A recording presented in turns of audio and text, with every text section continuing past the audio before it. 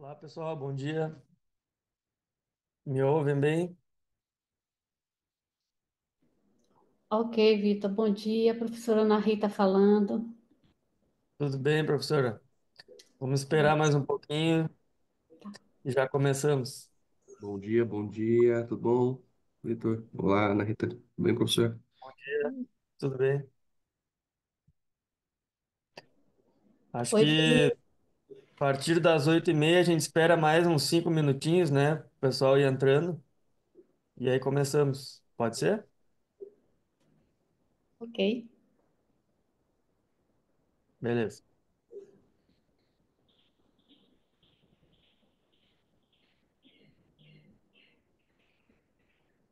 Ok.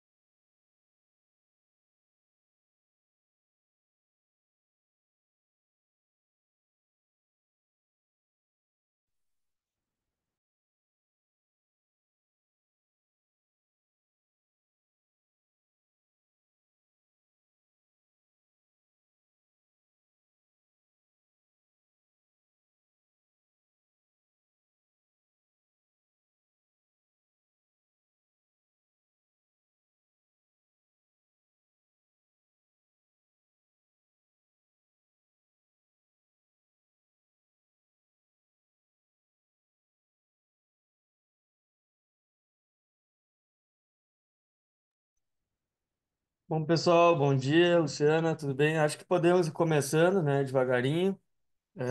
Eu sou o Vitor Abreu, sou doutorando em administração pela Universidade Federal de Santa Catarina. Vou estar sendo moderador dessa sessão do CMEAD 2024. Sejam todas e todos bem-vindos, né? Essa sessão da área tema de administração pública, relação governo-sociedade, transparência, accountability e participação. Tenho como assessoras da sessão a Mariana Gabriela de Oliveira e a Luciana da Silva Monteiro Araújo. Então, nós temos até às 10, né? As sessões têm duração de 1h30, né? Cada artigo apresentado, cada apresentação pode ter no máximo 8 minutos, tá? Eu peço que os participantes cuidem com o tempo para a gente ter discussão após as apresentações, né? Então, após apresentar cada trabalho, né, a gente pode até discutir se vocês querem apresentar todos e depois a gente passa para a discussão ou a gente faz a discussão entre cada um dos trabalhos. Eu, particularmente, prefiro que sejam todos apresentados e depois a gente abre para o debate, né? Mas então nós teremos aí, ao fim de todas as apresentações, nós teremos um debate de duração de cerca de 22 minutos, tá? Mas a comissão organizadora deixou bem aberto, assim, para a gente se organizar entre nós, tá? Então, fica bem aberto. Se alguém tiver alguma sugestão também, fiquem à vontade.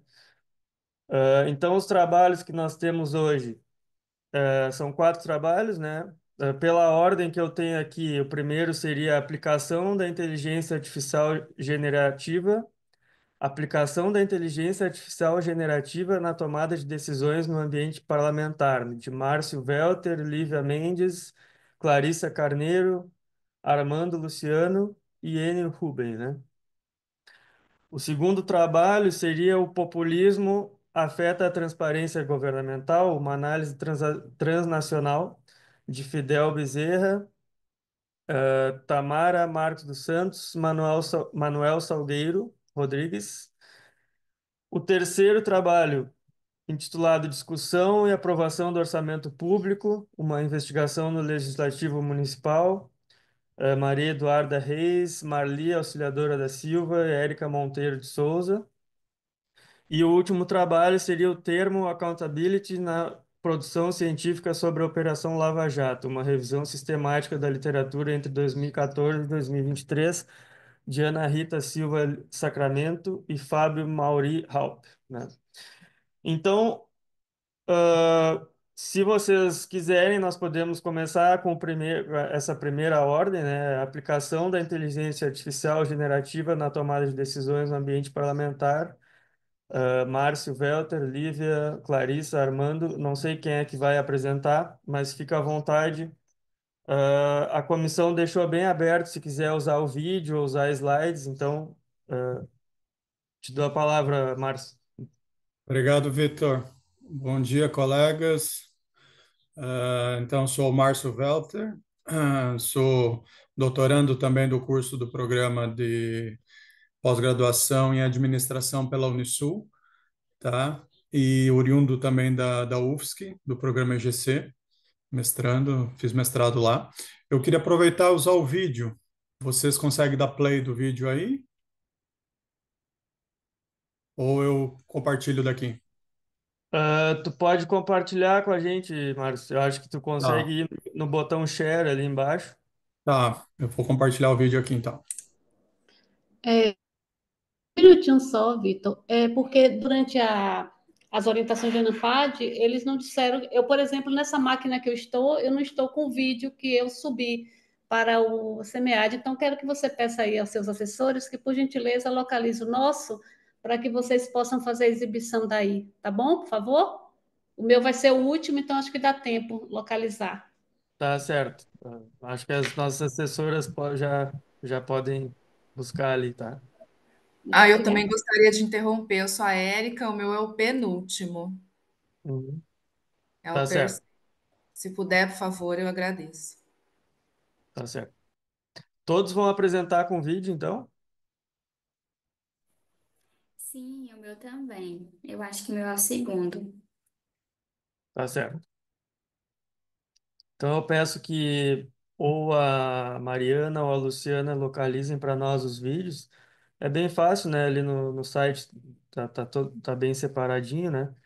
E podemos começar então com a apresentação do Márcio.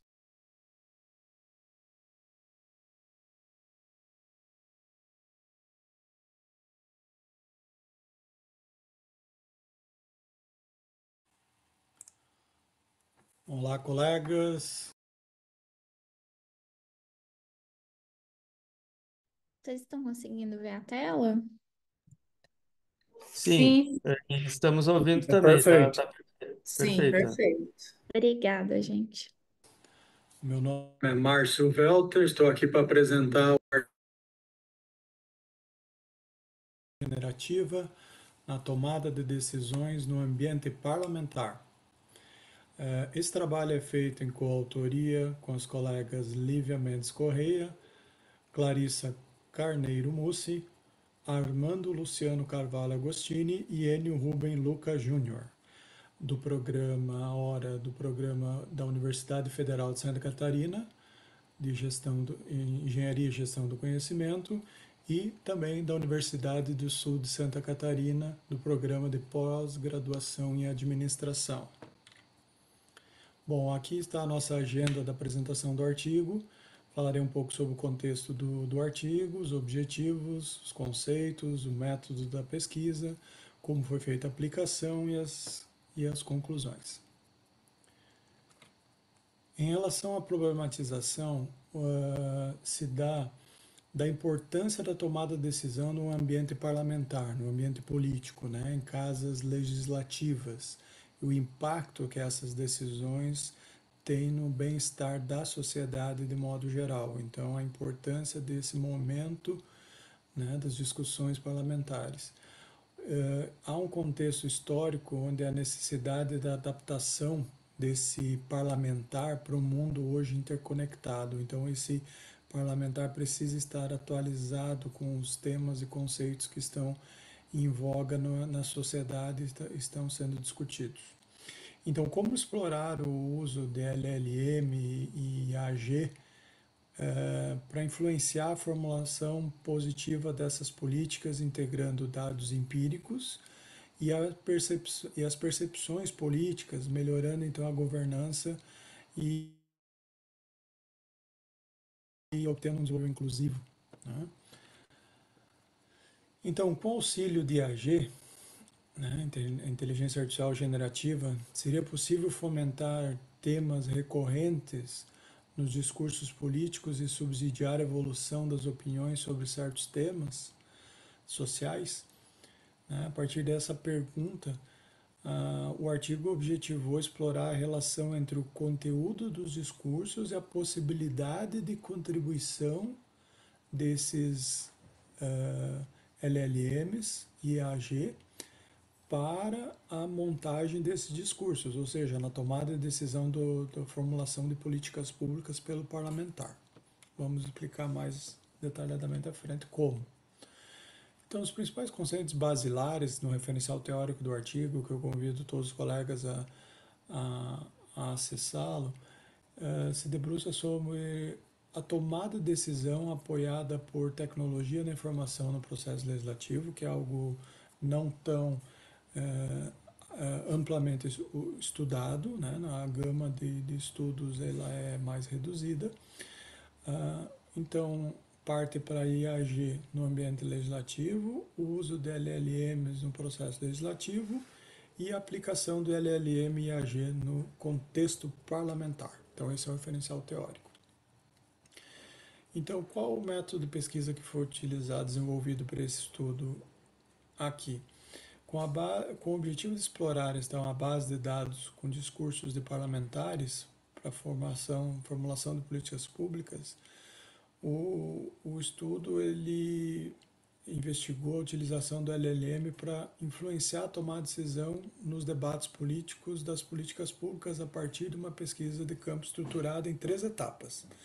A primeira foi a seleção e preparação dos dados, depois a implementação do modelo de LLMA e AG, e por fim verificação e validação dos resultados. Na seleção e preparação dos dados foi escolhida uma proposição legislativa com base em 2 principais critérios. Trata-se de uma proposição de reconhecida repercussão e de um assunto que tivesse uma visão ideológica distinta, né? Tivessem correntes distintas sobre aquele assunto. Foi escolhido, então, a regulamentação e exploração do uso do canabidiol, que foi apresentado na Assembleia Legislativa de Santa Catarina em 2023. Realizou-se primeiro uma limpeza do texto original no pré-processamento dos dados, bem como removido outros elementos de identificação. Manteve-se apenas a redação legislativa do projeto de lei e o texto que justificava esse projeto apresentado. Foi adotada a plataforma da empresa OpenAI.com no ambiente seu de API, com a criação de um assistente, enviando então essa proposição de projeto de lei e a justificativa para a plataforma. Então esse modelo GPT adotado foi o GPT-4 Turbo Preview.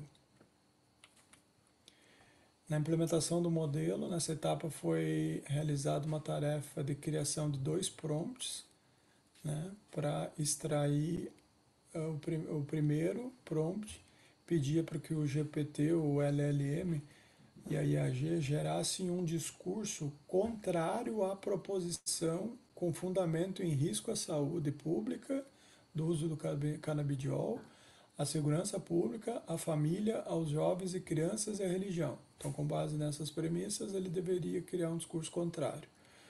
O outro favorável ao texto original do uso do canabidiol, com fundamento em possíveis oportunidades em saúde, segurança pública, no combate ao crime. Tanto os discursos como os prompts estão presentes no apêndice A do artigo. Então foi utilizado três especialistas em apoio técnico legislativo para fazer análise sobre os discursos gerados, tá? E a qualidade dos discursos. Então, a partir desses especialistas, foi feita uma análise onde se destacaram, a partir da análise realizada, que houve uma abordagem proativa fundamentada na ciência para a implementação do projeto. Então, os discursos gerados, eles buscam fundamentação. Contudo, há uma crítica ao excesso de argumentos, né, retóricos sobre diversos pontos.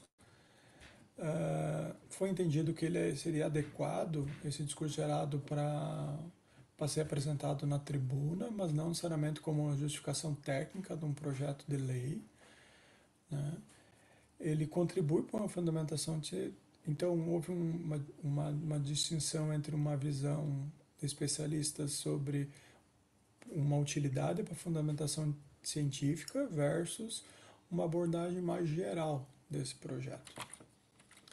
E, por fim, então, esse modelo contribui para a elaboração dos discursos com aplicação prática no contexto legislativo. As limitações também estão presentes no artigo sobre possíveis perdas de nuances de discursos humanos, e indica-se para melhoria sobre o uso de IAs mais avançadas e também o uso de análise pelos próprios políticos. Muito obrigado.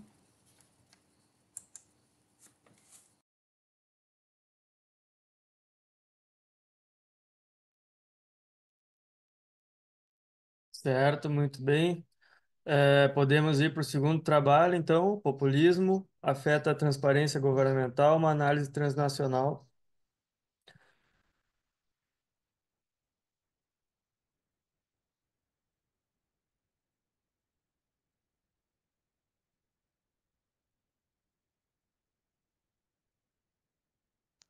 Olá, me chamo Tamara, eu sou mestranda no programa de pós-graduação em Administração e Controladoria da Universidade Federal do Ceará, e este artigo é um produto da iniciação científica de um graduando da Universidade Estadual do Ceará, juntamente com o professor orientador. Então, esse artigo tem como título Populismo afeta a transparência governamental, uma análise transnacional. Introduzindo aqui a introdução, ela discute a importância da transparência no governo, especialmente em um cenário onde o populismo cresce como uma força política. A transparência é considerada um elemento vital para uma boa governança e para a confiança pública. A transparência governamental ela é definida como a abertura dos processos e de decisões do governo para que os cidadãos possam compreendê-los e avaliá-los. Ela é essencial para a responsabilização dos governantes e para a promoção da participação cidadã.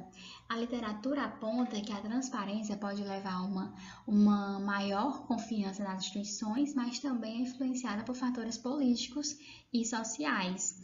O populismo, por sua vez, é descrito como um fenômeno político que pode surgir em diferentes contextos. Caracterizado por uma retórica que divide a sociedade entre o povo puro e a elite corrupta, o populismo pode impactar a transparência governamental, pois os líderes populistas muitas vezes adotam uma abordagem de controle da informação, o que pode restringir a transparência. Além disso, a retórica populista pode resultar em desconfiança em relação às instituições tradicionais, complicando ainda mais o cenário da transparência. A partir dessa contextualização, elabora-se a pergunta de pesquisa que norteia esse estudo. Então, a pergunta de pesquisa é: qual é a relação entre o populismo e a transparência governamental? O objetivo desse estudo é analisar os efeitos do populismo dos governantes sobre a transparência, como também investigar o efeito de fatores como corrupção, liberdade de imprensa, desenvolvimento econômico e humano. Na revisão de literatura, a gente começa falando sobre a transparência, como já dito antes. Ela pode ser definida como um conjunto de medidas que favorecem a ampla divulgação de informações sobre atividades das entidades públicas para os stakeholders relevantes. Essas informações devem ser, além de amplamente divulgadas, relevantes, oportunas, confiáveis e fáceis de entender, evitando tecnicismos que dificultem a compreensão dos cidadãos. Dessa forma, os governos transparentes fortalecem o sistema judicial, a imprensa livre e permitem decisões mais informadas por parte dos cidadãos, incluindo nas eleições. Apesar de algumas críticas à eficácia da transparência, não há evidências que apontem benefícios em sua redução, sendo esta uma ferramenta essencial para o combate à corrupção e para a melhoria de indicadores de desenvolvimento humano. E a relação proposta nesse trabalho é que o populismo enfraquece instituições de transparência, podendo aumentar a corrupção e reduzir a accountability. A partir dessas discussões, o desenvolvimento das hipóteses de trabalho considera a influência negativa do populismo sobre a transparência governamental. Estudos indicam que líderes populistas frequentemente adotam estratégias que comprometem as instituições de transparência, como a supressão de informações, o enfraquecimento dos órgãos de controle e a manipulação da mídia para espalhar desinformação. Além disso, o populismo tende a enfraquecer o Estado de Direito, corroendo as bases necessárias para garantir a accountability e a boa governança democrática. Com base na literatura, foram formuladas essas 5 hipóteses. A primeira, o populismo influencia negativamente a transparência governamental. A segunda, a corrupção influencia negativamente a transparência governamental. A terceira, a liberdade de imprensa influencia positivamente a transparência governamental. A quarta, o desenvolvimento humano influencia positivamente a transparência governamental. E a quinta, o desenvolvimento socioeconômico influencia positivamente a transparência governamental. A metodologia desse trabalho é um estudo quantitativo com dados em painel dos anos de 2013 a 2021, tendo como população 27 países, incluindo a América Latina, Europa e América do Norte. A nossa variável dependente é o indicador de transparência governamental. Ele foi coletado no Open Budget Server, é uma base de dados internacional, e variáveis independentes, o populismo, a corrupção, a liberdade de imprensa, o PIB per capita e o IDH, como proxies para cada um indicador de cada hipótese. Iniciando aqui os resultados, o estudo apresentou a análise descritiva e multivariada dos dados relacionados à transparência nos países estudados, destacando-se o comportamento variado entre eles. Países como Suécia e Noruega mantiveram alto índice de transparência, enquanto Venezuela apresentou uma queda significativa atingindo níveis mínimos. A média de transparência entre os países teve pouca variação ao longo dos anos, mas o desvio padrão foi elevado, sugerindo uma discrepância entre os países.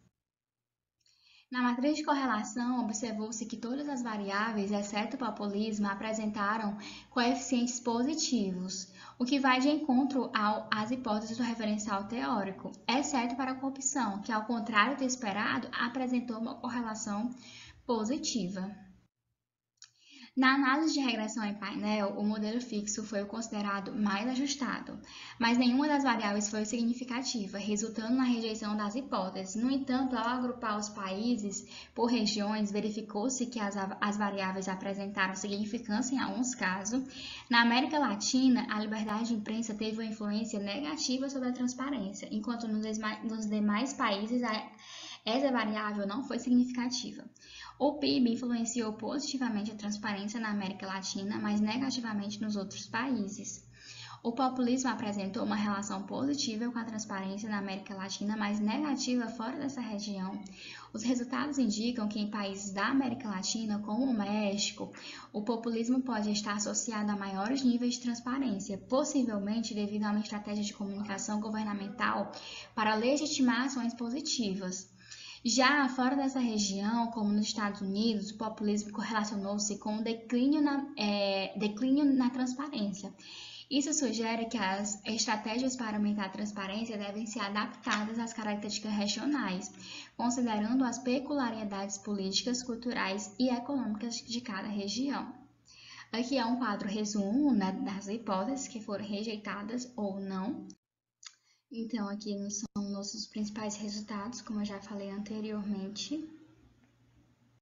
A pesquisa revela uma relação complexa entre populismo e transparência, variando conforme a região. Sendo assim, abordagens diferenciadas por região são essenciais para aprimorar a governança e a transparência.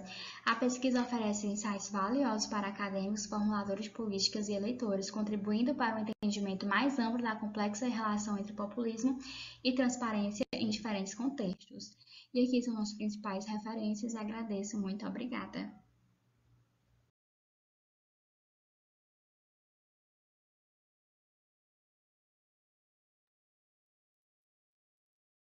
Ok, podemos ir para o terceiro trabalho, discussão e aprovação do orçamento público, uma investigação no Legislativo Municipal.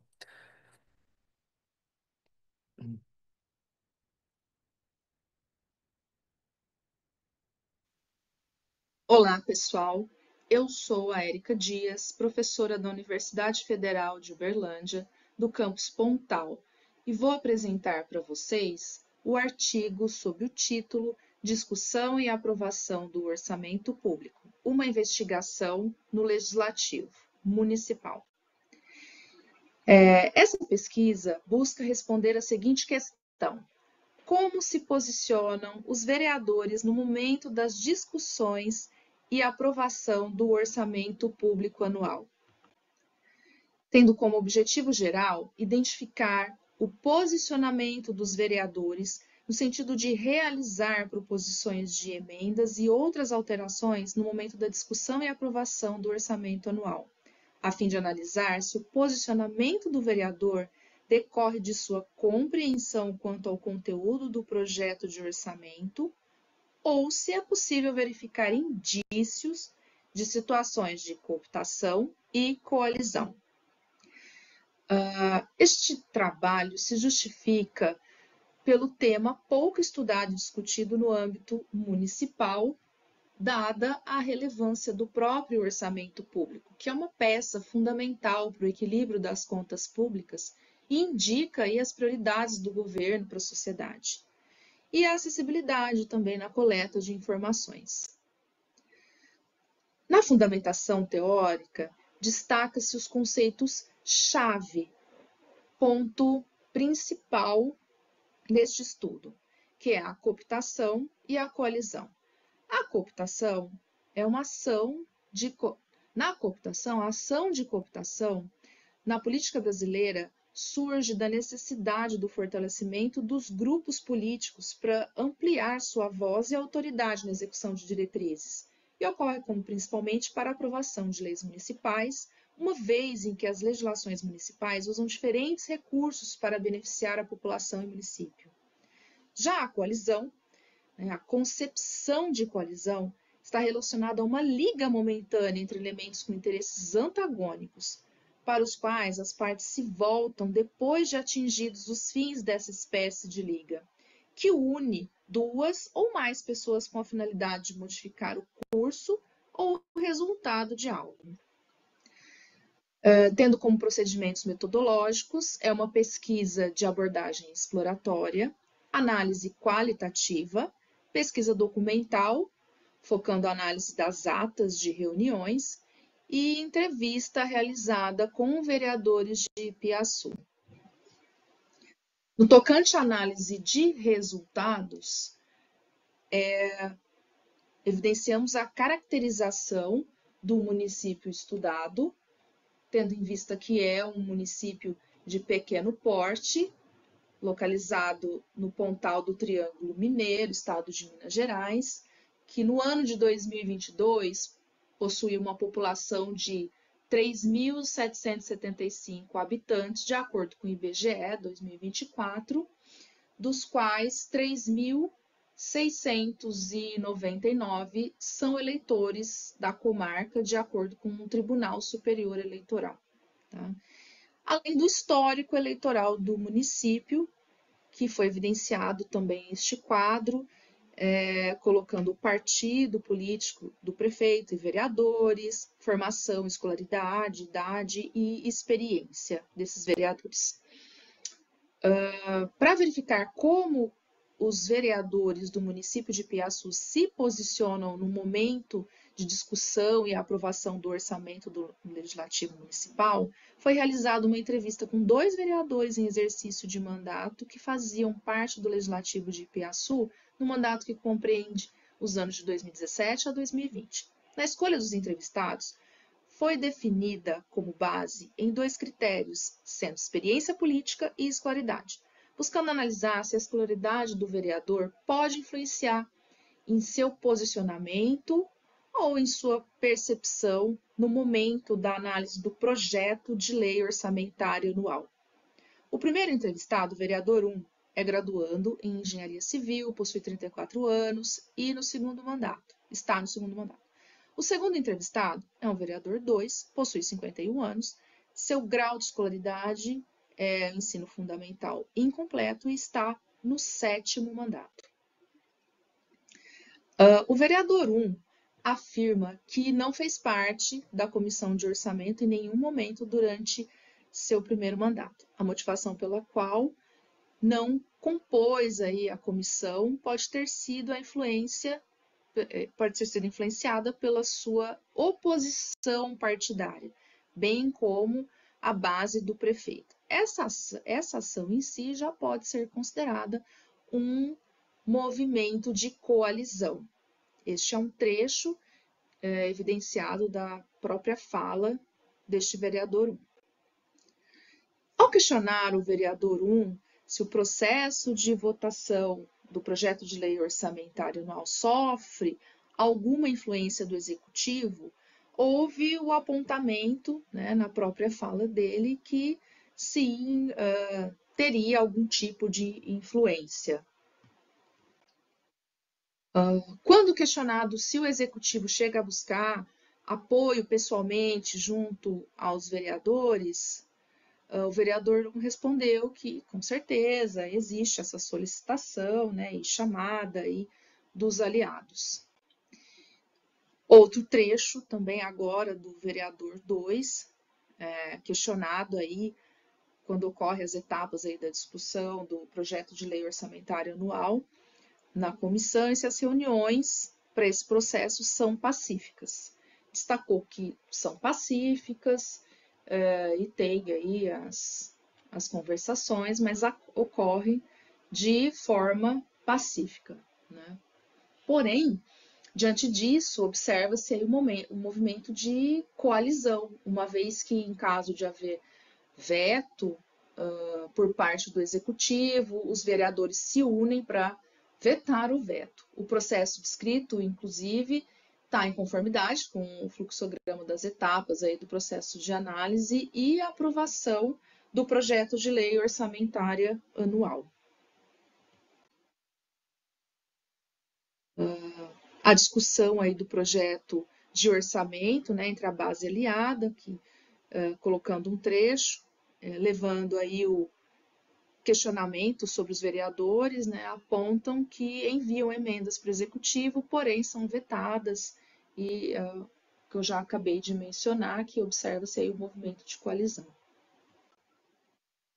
Então, em termos de considerações finais, vale destacar: evidências indicam que há cooptação e coalizão, percepção positiva de que os entrevistados compreendem o processo de discussão e aprovação da LOA, há evidências que levam a crer que o executivo tende a interferir no processo de votação da LOA e percepção de que os vereadores, quando de interesse populacional, se aliam deixando de lado a rivalidade partidária.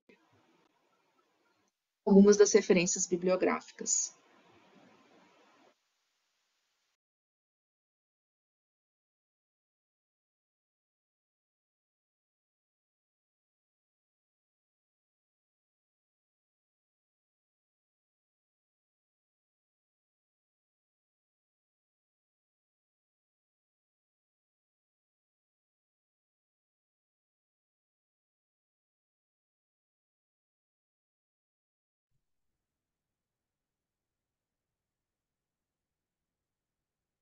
Legal, vamos para o último trabalho, então. o termo accountability na produção científica sobre a Operação Lava Jato, uma revisão sistemática da literatura entre 2014 e 2023.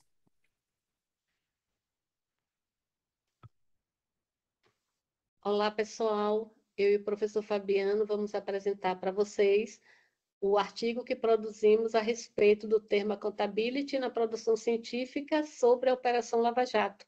Nós efetuamos uma revisão sistemática da literatura no período compreendido entre 2014 e 2023. A motivação desse artigo é pelo fato de a Operação Lava Jato ser uma operação emblemática, uma operação policial que buscou combater a corrupção no Brasil, mas que também teve repercussão no exterior. Essa operação ela começa em 2009, se prolonga até o ano 2020 e, portanto, interessou para a gente verificar se, dentro dessa produção acadêmica a respeito da Lava Jato, as questões que envolvem a accountability, o termo accountability estava sendo apresentado também nessa literatura, considerando que o Brasil é considerado um país onde a corrupção é persistente e a accountability é deficiente. Bom, metaforicamente falando, como é que nós enxergamos aí, né, como é que nós nos apropriamos do conceito de corrupção? Como sendo aí o somatório de um forte monopólio estatal, somado a um poder decisório discricionário forte aí do agente público, e a accountability entraria como um sistema que reduz ou potencialmente reduz o número de chances e oportunidades para que esse agente pudesse praticar a corrupção. Como questão de pesquisa, a pergunta motivadora consiste em como os pesquisadores sobre a Operação Lava Jato utilizaram esse termo na produção acadêmica no período escolhido. Como objetivo geral, buscamos aí apresentar uma síntese do uso do termo, lembrando não do conceito, mas do termo accountability nessa produção, mas especificamente mapear, classificar e analisar criticamente a produção quanto à forma com que esses estudos foram empreendidos, mas também aos aspectos do termo que foram utilizados.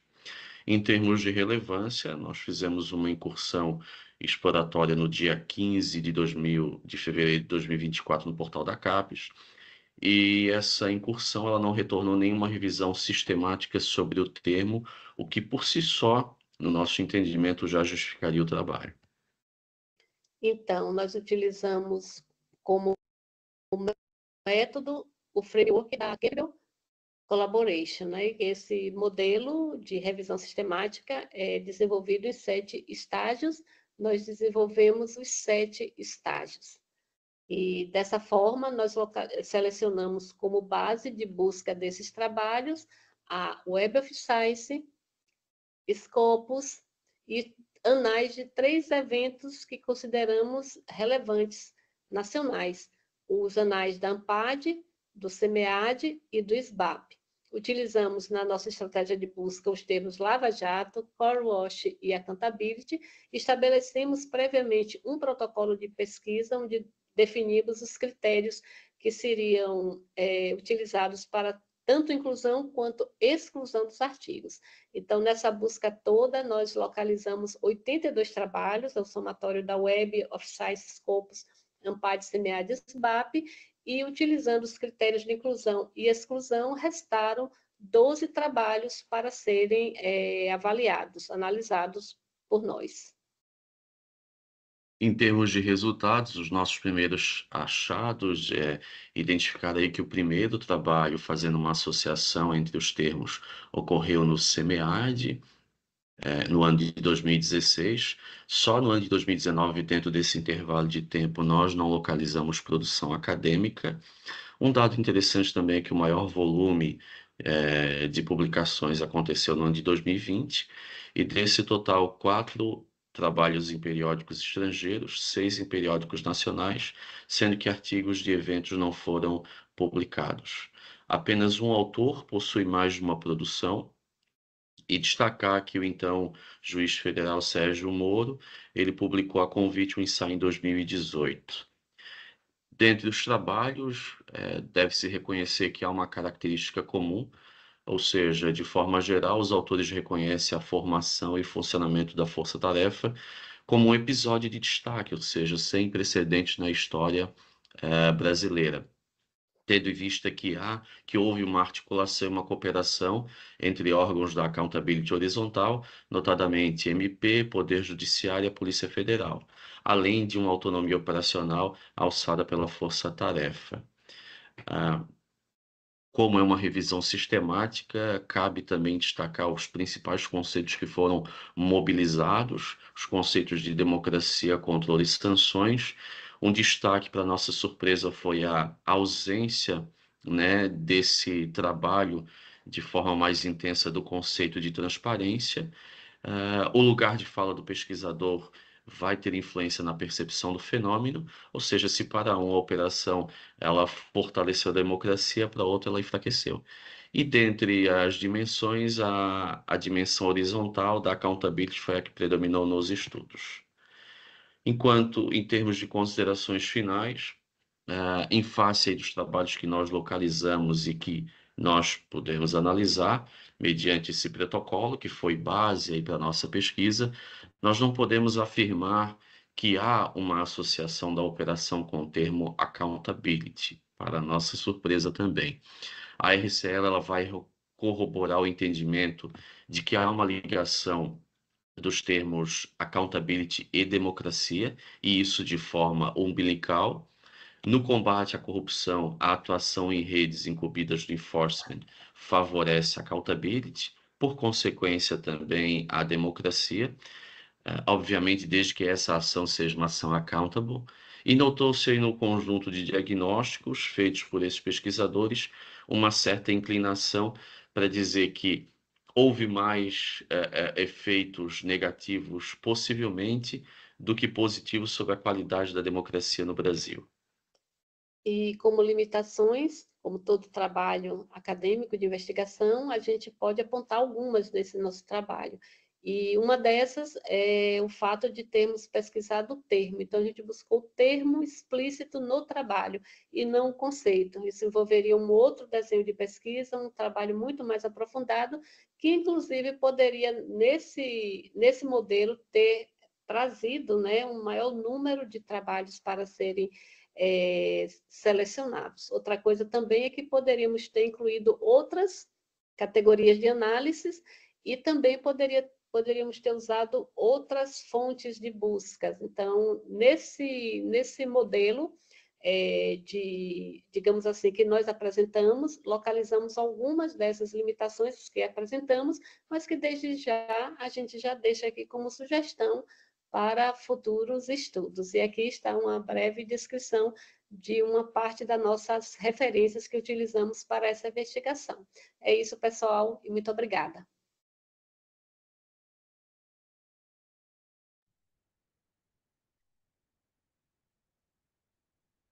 Ok. É, todos os trabalhos apresentados. Antes de passar a palavra para todos fazerem suas questões, considerações, eu queria dizer assim, eu não sou da área de administração pública, tá?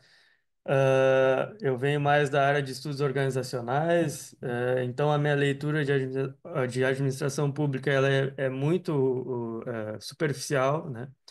Eu acho que a única coisa que eu li foi a filosofia do direito do Hegel, que já é bastante longe do que vocês discutem, né? Mas eu gostaria de dizer que eu li todos os trabalhos, eu achei muito interessantes, tá? Os quatro, né? O primeiro, a aplicação da inteligência artificial, uma discussão super atual, né? Super relevante, que a gente pode levar para diversos contextos, né? Além do ambiente parlamentar, né? Que a gente pode fazer várias análises, inclusive qualitativas sobre o tema, né? Então, achei isso vale para os quatro textos, assim, eu achei eles muito bem escritos, né? Embora eles ainda, como todo texto, pode ser bem revisado, né? E fazer alguns pequenos ajustes, né? Mas é completamente compreensível, né? O segundo trabalho sobre o populismo, achei muito interessante também, é um tema que eu me interesso bastante. Eu acho que é uma análise que pode ser levada a análises qualitativas também, né? Sobre o contexto de cada país, eu acho bem interessante levar para esse sentido. Seria um aprofundamento do tema bastante interessante, né? Num tema bem relevante também, né? Sobre a discussão e aprovação do orçamento público, né? Né, a atuação dos vereadores em cada no município específico, né? Achei bem interessante também ver como é que os atores, principalmente, né, se comportam nesse sentido. E a revisão sobre o termo accountability na Operação Lava Jato também é super, até surpreende assim de não ter sido feito, né? Eu acho bem relevante a discussão. Então, só deixar bem claro assim que eu gostei muito dos trabalhos, achei principalmente a aplicação dos métodos muito bem empregados, tá? E eu não vou trazer contribuições específicas porque eu não me sinto apto a isso. Eu vou deixar para quem entende, quem está na sala, que entende do tema, que tem as suas devidas considerações, questões. Então agora eu abro para todos que quiserem falar, contribuir, né? Fiquem à vontade, tá? Nós temos até às 10 horas para discussão. O programa deixou bem aberto, né, para a gente fazer essa rodada. Então, quem tiver inscrito aí pode abrir a câmera, o microfone, fazer suas considerações, tá? Vitor, não vi para se inscrever, não estou vendo aqui onde levanta a mãozinha, mas se eu puder começar, eu gostaria. Não sei como Claro, está aí. pode começar. Ah, certo. Então, pessoal, eu agradeço muito também a atenção de vocês, a verificação do nosso trabalho. Obrigada, Vitor, aí pelo feedback, percebeu, né, da surpresa de o tema da accountability não figurar, pelo menos textualmente, na nossa produção acadêmica. Enfim, está mostrando aí que alguma coisa está sendo deixada de lado aí pela academia. Eu acho que a revisão sistemática da literatura vem nesse sentido. E é um trabalho ainda, posso dizer para vocês, que ainda está em andamento, porque a gente começa essa revisão de sistemática da literatura, mas os artigos todos ainda precisam de um aprofundamento, que, claro, no Congresso a gente está só submetendo ainda, né? Por exemplo, tem aí o artigo um artigo que fala sobre hibridização institucional, ou seja, a junção do judicial com o eleitoral, quanto isso pode contribuir para o combate à corrupção. Tem um trabalho também de Prado que vai falar que interpretações inovadoras podem contribuir para isso, só que a gente está vendo que agora interpretações inovadoras têm jogado a Lava Jato, na verdade, no lixo, né, digamos assim. Então, realmente um tema que nos interessa ainda muito. Eu só quero dizer para vocês que críticas nesse momento são muito bem-vindas, porque a gente está na fase de aprimoramento do artigo e a gente pretende publicá-lo. Sobre os artigos dos colegas, eu gostei de todos, né? Achei que a gente tem realmente uma ligação. Fico curiosa com o Márcio aí na IA generativa, já que você submeteu o discurso da IA aos especialistas, eu pensei assim, será que você não pensou em você mesmo utilizar análise de discurso, análise crítica, e você mesmo, talvez, analisar o discurso que foi produzido pela IA? Eu fiquei pensando aqui. No de Fidel, que fala do populismo, se afeta a transparência, achei super interessante também, tá? Fiquei pensando, assim, que quando a gente... É um pensamento meu, é uma avaliação minha mesmo. Sempre que a gente usa o quant, né, eu acho que uma avaliação qualitativa também ajuda nessa compreensão aí dessa cooptação e, enfim, eu acho que, assim, quanto mais... Eu penso assim, tá? É um pensamento particular, vocês podem discordar e, claro, que tem pesquisadores que optam. Eu acho que o qualitativo entrega mais. Então, quando junta com o quantitativo, e acho que o quantitativo agrega mais quando junta com o qualitativo, em questões dessa natureza, porque são muito, muito tem coisas aí muito sutis, né, que só o qualitativo revela, embora o quantitativo mostre de uma forma bem realista, né, bem que é da ontologia, da epistemologia do modelo que vocês utilizaram, mas eu sugiro que, se pretenderem continuar na temática, traz um qualitativo aí, porque eu acho que vai ajudar muito a gente entender esse contexto nosso do populismo ser tão existente e muitas vezes, surpreendentemente, né, tá me deixando, vocês estão dizendo aí que o populismo aqui melhora a democracia, ou a transparência. Isso me surpreendeu no resultado, confesso. E do orçamento público sobre os vereadores, que bom aí, Maria Eduarda e o pessoal do trabalho, tá? Eu não tenho assim muito o que contribuir com esse daí, mas eu pensei assim, fiquei somente curiosa, se vocês puderem me dizer qual foi a técnica que vocês utilizaram para analisar o discurso desses vereadores, se vocês fizeram análise de conteúdo, se foi análise de discurso, porque isso não ficou muito claro para mim. Então, de minha parte, Vitor, era isso. Eu agradeço a atenção de vocês. Obrigada, pessoal. Muito obrigado, professora. Eu compartilho das tuas questões, inquietações, acho que também é muito interessante. Eu passo a palavra para quem gostaria de responder sobre os trabalhos já. Bom, eu posso responder, eu sou a Érica, do trabalho sobre o orçamento. Eu compartilho com as opiniões da professora Ana, então aproveitei a oportunidade de já começar falando e respondê-la, né, sobre a questão da análise, né, do discurso. Mas antes eu quero parabenizar a todos, né, agradecer a oportunidade de estar aqui, e todos os outros artigos, eles despertaram, né, questões que às vezes a gente não para muito para pensar. Essa questão de uma revisão sistemática na literatura, como o artigo da professora Ana, eu particularmente gosto muito desse tipo de artigo. Ele abre assim uma vastidão de outros trabalhos que a gente muitas vezes passa batido, né? E esse tipo de trabalho mostra para a gente a quantidade que tem, a qualidade com que eles fizeram, né? Estão aí de parabéns, e acredito que eles encontraram até uma lacuna aí bastante importante aí para a gente pesquisar. Enfim, me despertou muita atenção, né? Nos outros trabalhos, inclusive essa questão de qual e quant, né? Mostrar essa parte quantitativa também é extremamente interessante e é muito complementada pela qualitativa. No nosso trabalho, inclusive, uma limitação que a gente teve foi até, inclusive, trabalhar um pouco com essa parte quantitativa, mas existe muita resistência, né? Os vereadores, eles não estão dispostos a conversar muito com a gente, eles ficam bastante reticentes com o que eles vão falar, né? E nós tocamos em dois temas importantes, né, e que eles também não gostam de falar sobre coalizão, cooptação, e na verdade eles mesmos não sabem muito a diferença, né, de tudo isso, e acaba que a maioria das pessoas acredita que cooptação é pejorativa.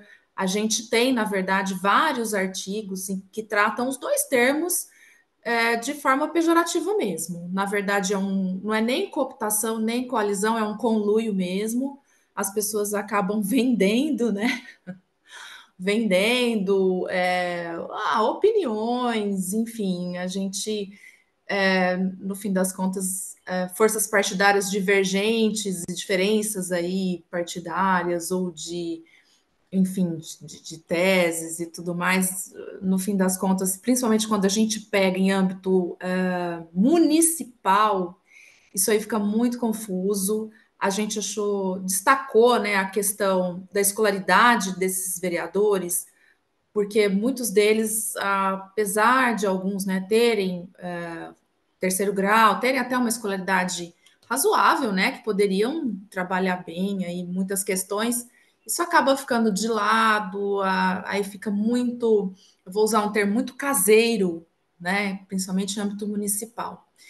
Então foi bastante complicado.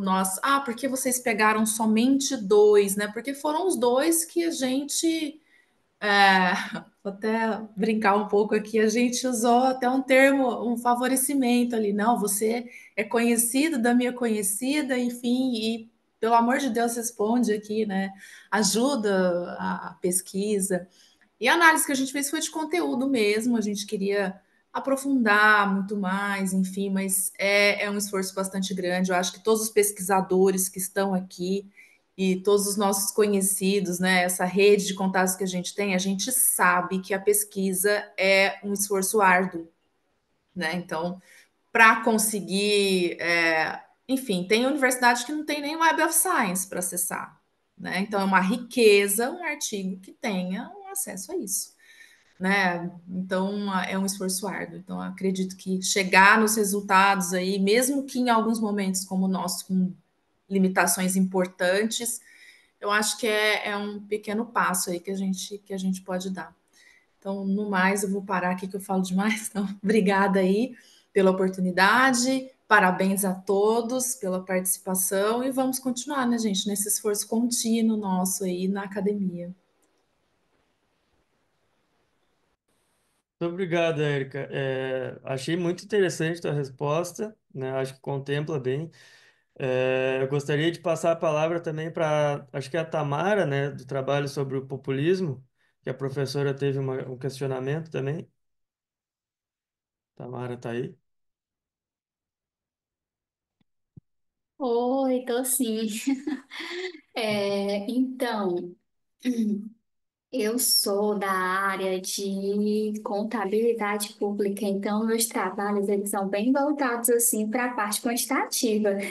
Mas sempre batem na mesma tecla e eu também concordo com com tudo que as professoras falaram. Eu participei do ENAMPAD, né, em setembro, e aí eu apresentei outro trabalho também de pegada quantitativa, e aí os avaliadores, os professores que estavam presentes sempre falaram, não, mas o qualitativo, ele vai pegar nuances que o quantitativo não pega. E eu tenho isso eu concordo muito e eu vou levar isso assim para estudar mesmo, porque toda a minha experiência é só no Quant, então é uma coisa que eu vou me aprofundar e evoluir nessa linha de qualitativo que realmente analisam faces e coisas que o quantitativo não pega, né? Bem limitante. Então eu acredito muito nisso.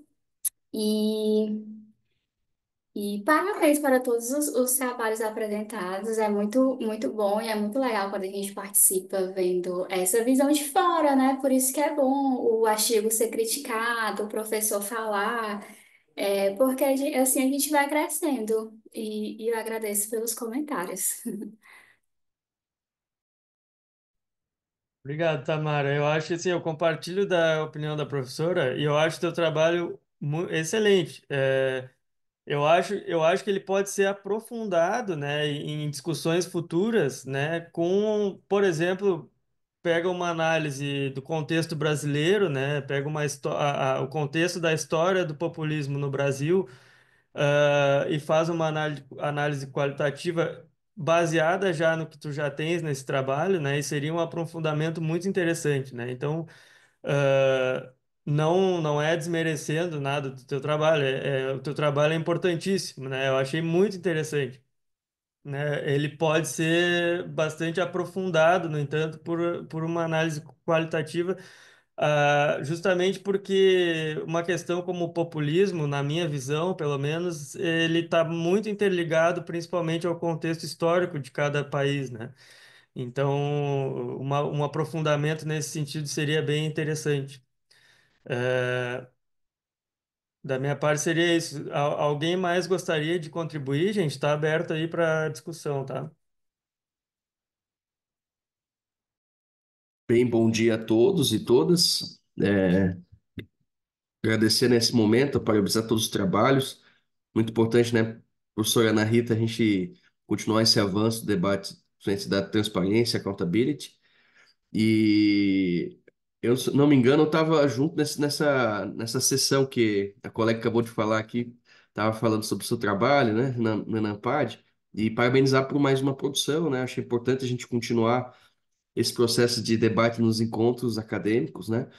E uma questão só que eu vejo uma curiosidade, na verdade, que eu queria colocar a professora Ana Rita, no estudo que vocês levantaram agora, que, como foi colocado, achei muito interessante a gente, esses trabalhos que a gente consegue fazer uma visão geral, né? Ou seja, o que está sendo discutido daquele tema, se esses trabalhos ou essa produção, né, ela já começa a pesar essa questão do do movimento lavajatista, né, ou lavajatismo, né, nesse processo, porque a gente tem claramente até, e é interessante ver, curiosidade, né, se a academia ela acompanha isso, a gente tem um período de uma visão muito positiva de avanços institucionais, etc.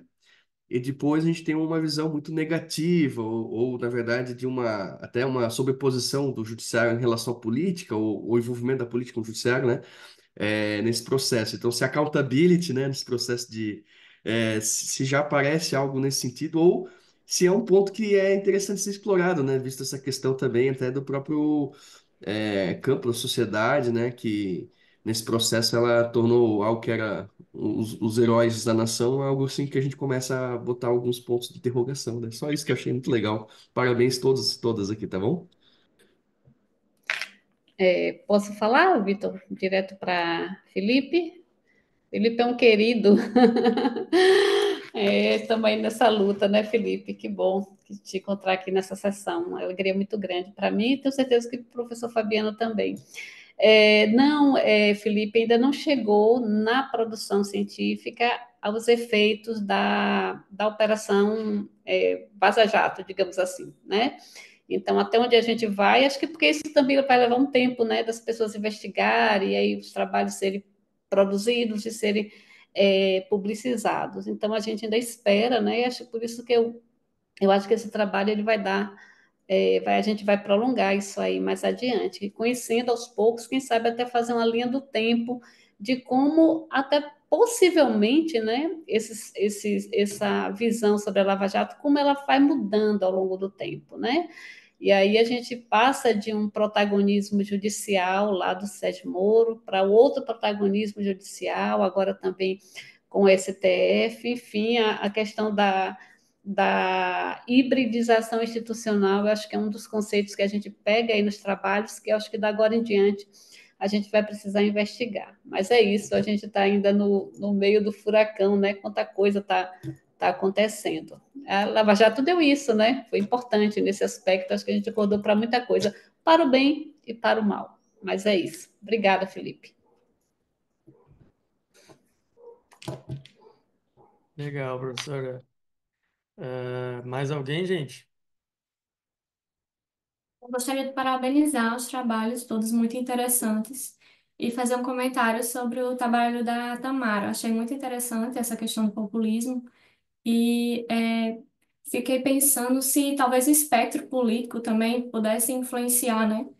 E fazer essa investigação, talvez, nessa régua política de partidos de esquerda, direita, nos extremos, se isso também influencia para que o populismo possa colaborar com a transparência ou atrapalhar a transparência. Parabéns a todos.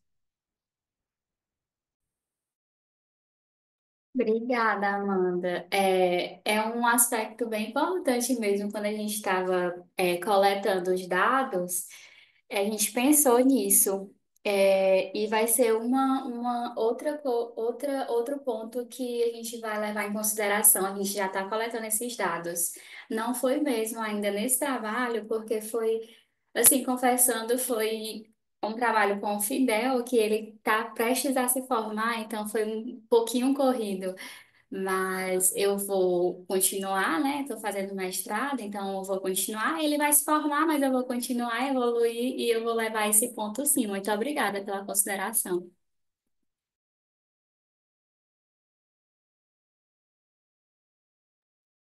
Ok, muito obrigado, Tamara. Nós temos até as 10, gente. Não sei se tem mais alguém que gostaria de contribuir. Fiquem à vontade. Nós não precisamos ficar até as 10, né? Se todos se sentirem contemplados, nós podemos encerrar também. Eu gostaria de compartilhar com os colegas que eu moro aqui em Santa Catarina e eu estava no Enampad também. Uma pena não, a gente não ter se encontrado, né? Mas enfim. Eu e o professor Fabiano também estivemos no Enampad. E aí vou dizer para vocês que a gente apresentou mais uma vez a proposta de tema lá e a gente ficou com a de planejamento governamental e finanças públicas. Mesma forma, lá no SBAP também apresentamos proposta de GT e também ficamos com finanças públicas e accountability. De modo que esperamos que no Enampad do ano que vem, no EBAP do ano que vem, a gente possa se encontrar. Quem sabe vocês passando aí também para trabalhos para os nossos GTs. E mais uma informação, se Vitor permitir, é que está aberta uma chamada de trabalhos para o caderno Gestão Pública e Cidadania da FGV sobre finanças públicas no Brasil, né? Então a gente quer saber quais são os limites, quais são as possibilidades no Brasil contemporâneo, e eu convido vocês a conhecerem a chamada e, quem sabe, mandar trabalhos. A chamada está aberta, vai até o dia 31 de janeiro, então dá tempo sim fazer alguma coisa. A questão de orçamento e finanças públicas vem para cá. Que legal, professora. Ótima dica, ótima oportunidade para todos, né? Quem é da área aí já pode se mobilizar para fazer algum trabalho. Acho interessante, né? Muito obrigado, professora. Gente, mais alguém gostaria de contribuir? Senão eu vou. Bom, eu gostaria então de encerrar, né? Nós vamos encerrar a sessão por aqui. Eu gostaria de parabenizar aos quatro trabalhos, achei muito interessantes, né? Eu gostei muito de ler os trabalhos, achei eles muito bem construídos, né? Acredito que em breve estejam em revistas aí publicados, né? Eh, ou também, enfim, né? Então, gostaria de encerrar, gente. Muito obrigado, tá? E aproveitem o evento CMEA de 2024. Um bom resto de dia para todos. Obrigado, gente. Abraços, bom revê-los e revê-las e até a próxima. Tchau, tchau, prof. Tudo bom? Tchau, gente.